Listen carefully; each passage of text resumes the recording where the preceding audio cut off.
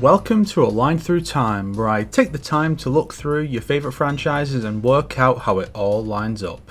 And let me tell you, this one took quite a lot of time to work out how it all lines up. The Fate franchise has a reputation for being very complicated and difficult to get into, so I'm going to briefly explain how each entry fits into the broader Nasuverse as simply as I can. I can guarantee right now that there'll be something here that some Fate superfan will notice I've missed or gotten wrong, but you'll see why this is more the fault of the franchise and how it's structured than anything I've done. I'm going to approach this one differently from the usual, and I don't just mean having a vertical timeline instead of a horizontal. Instead of discussing each entry in release order, I'm just going to build this timeline by subseries with less specifics than usual. Some are entirely standalone universes with shared magic systems and the like, and some timelines may technically deviate earlier, like with the creation of the Moonsail and Fate Extra, but as far as the actual relevant story goes, it shares events with the main timeline until much later. So let's get into the main timeline first. The franchise started with the 2004 visual novel Fate Stay Night, which takes place in 2004 and centers on the 5th Holy Grail War held in Fuyuki City. In this conflict, 7 mages summon a servant, a legendary figure from history or mythology, each assigned a class based on their abilities and weapons, and the 7 duos fight in a battle royale for a wish on the Holy Grail. Stay Night has 3 story routes: Fate, Unlimited Blade Works, and Heaven's Feel. None of these routes are continued in sequels. But before we discuss said sequels, we need to look back. Stay Night centers on the 5th Holy Grail War.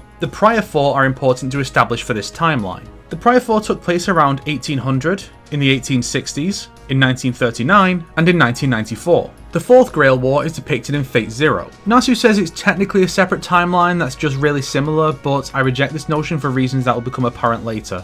Zero also had a short story prequel named Fate Zero Another Story Heart of Freaks, which is estimated to be set in 1978, and will cap off the central spine of the timeline with Garden of Avalon, a story set in the Arthurian era since it's relevant to Stay Night. Stay Night's Archer is actually summoned from the future, his backstory being set in another timeline where Stay Night happens without him being summoned, with his summoning creating a separate timeline in which the version we see takes place. Fate Unlimited Codes is a fighting game version of Stay Night's event with its own numerous endings. Fate School Life is a gag manga about some side characters set alongside a version of Stay Night that apparently is most similar to Heaven's Feel. Fate Hollow Ataraxia is a sequel to Stay Night that's very vague about what specifically went down in Stay Night, but due to the weird events occurring here, elements of all of them are apparently present. It's hard to explain since there's no official English version of either it or its predecessor, nor is there any anime adaptation yet. Another sequel is Today's Menu for Emiya Family, a cooking-focused spin-off set in a timeline where pretty much everyone survives the Grail War and become friends who come over to eat with Shiro and friends.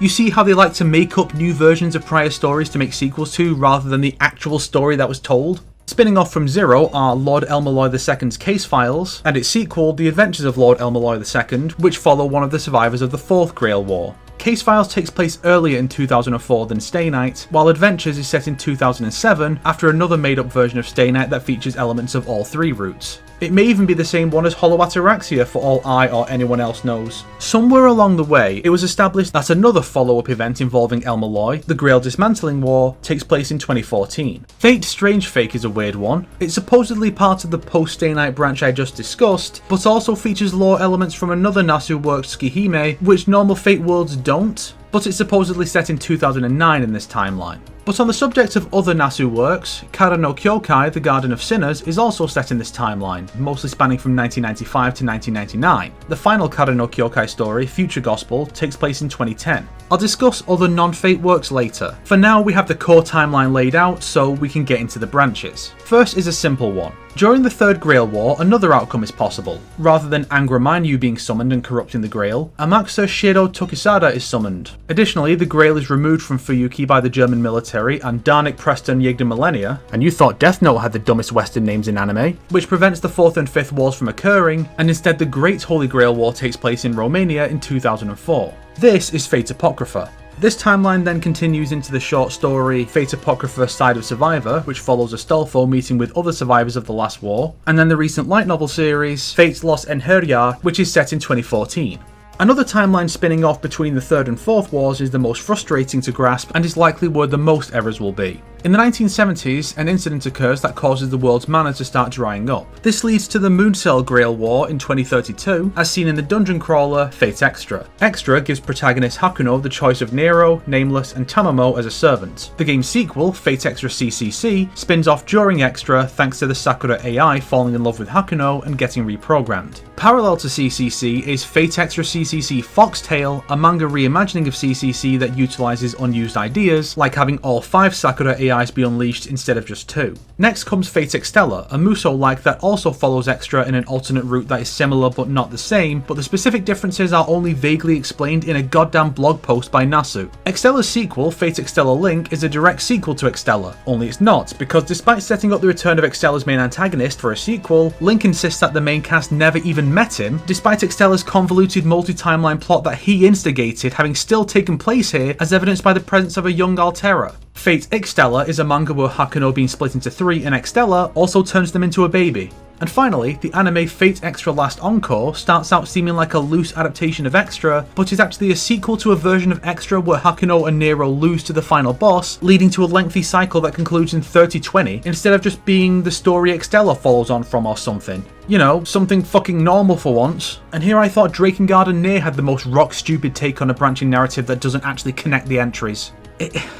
It all just makes me want to Lancer myself. Fortunately, the third and final branch is much simpler, and it's the Magical Girl spin-off. Fate's Collade liner Prisma Elia branches off with Elia being born 8 years later for whatever reason, and then her parents prevent the Fourth Grail War from happening, leading to the Grail system of a parallel universe invading that world, and Magical Girl shenanigans ensue. Each subsequent Prisma Elia series just follows on directly, and it's a sad state of affairs when the Magical Girl spin-off where 10-year-old girls suggestively snog each other is the one with the most normal narrative structure. Prisma Elia Oath Under Snow is a prequel movie set in the aforementioned alternate timeline prior to the series. This reality is just arbitrarily different from the main timeline with little shared history, so we might as well discuss the rest of that type of alternate timeline, yeah? First up is Fate's Prototype, which is basically a fake trailer adapted from the original concepts for Stay Night, such as King Arthur not being gender swapped and the story centering on the second Tokyo Grail War in 1999. The first occurs in 1991 and is depicted in the light novel Fate Prototype Fragments of Sky Silver.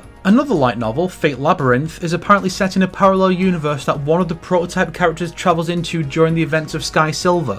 Fate Grand Order is the gacha game that pulls characters from various different timelines and universes, but it's not presented as a crossover of those versions of those characters, I think. It's just entering its 4th arc now, those 4 being Observer on Timeless Temple, 2015 to 2016, Epic of Remnant, 2017, Cosmos in the Lost Belt, 2018, and Ordeal Call. Also, the Fuyuki Grail War only occurs once in 2004 with different characters. And Fate Grand Order Arcade is its own version of the first arc. Fate Grand Carnival is set in 2020, so I guess it's at the end. Fate Type Redline is a manga adapted from a gag manga Fate Koha Ace, but now with a more serious tone. The story in Redline sees a young man sent back in time from 2020 to 1945, where he becomes embroiled in the 4th Imperial Capital Grail War. The third occurred in 1943. Fate Requiem is set in 2025. This follows the end of World War III in 2011, which started as a result of many Grail Wars starting all at once around the world. The final Fate-ish works are Ski no Sango, set in the year 3000, and Notes, which occurs sometime later. I know little about these, but they apparently are connected to the Fate side of the Nasuverse. And what is the other side of the Nasuverse? Tsukihime, a visual novel that predates Fate and was Type Moon's original big success. The distinction between the two sides of the Nasuverse canon-wise revolves around the shared character of Zelrech in 300 AD. In Tsukihime worlds, he becomes an immortal vampire. In Fate, he finds other means to gain immortality since these vampires don't exist there or something. Tsukihime is set in 1999 and has its own series of routes that are ignored in the sequels. The first sequel is Kagetsutoya, set a year later, which is vague about the events that occurred. Presumably, this is set in the timeline that leads to Melty Blood, the fighting game spin-off series played in bathroom sinks. The setup is that this follows the scrapped Satsuki route from Tsukihime, which gave the writers more freedom with what events to call back to. Melty Blood React, and Melty Blood Actress Again are also set in 2000. Melty Blood X is a manga set sometime later. Melty Blood Back Alley Nightmare is a manga that ties into Grand Order and Extra, established as alternate realities to Melty Blood. And the final story in the classic Tsukihime timeline is Clock Tower 2015, which only matters because it relates to a shared event with Grand Order, where a particular character lancering himself here prevents the events of Grand Order from taking place or something. Now, I said classic Tsukihime timeline a moment ago. See, one of the current big Type Moon projects is a full-on remake of the original game. The remake is set in 2014 and changes certain aspects of the original plot. Currently, only 2 of the original routes have been remade. Alongside this release came Melty Blood Type Lumina, which is not a sequel, but an alternate timeline prequel where basically the events of the remake begin a couple of weeks earlier, and aspects of both the remake routes and the originals are drawn on. There's also the visual novel Witch on the Holy Night, which I think is the only Type Moon VN to get an official English release. It takes place before Tsukihime from 1989 to 1990, and I believe it's still canon to the remake timelines, but possibly moved around. Despite being presented as being so separate, Fate and Tsukihime have crossed over a few times. While Artoria and Mash's presence in Type Lumina is explicitly a cross-dimensional thing, Arcuade's appearances in Fate Extra and Grand Order are not explained the same way to my knowledge. There's also Carnival Phantasm, which features the main cast of Stay Night and Tsukihime in a comedy setting with a bit of crossover. And there's Hana no Miyako, which uses the names and likenesses of characters from both, but is really just its own thing.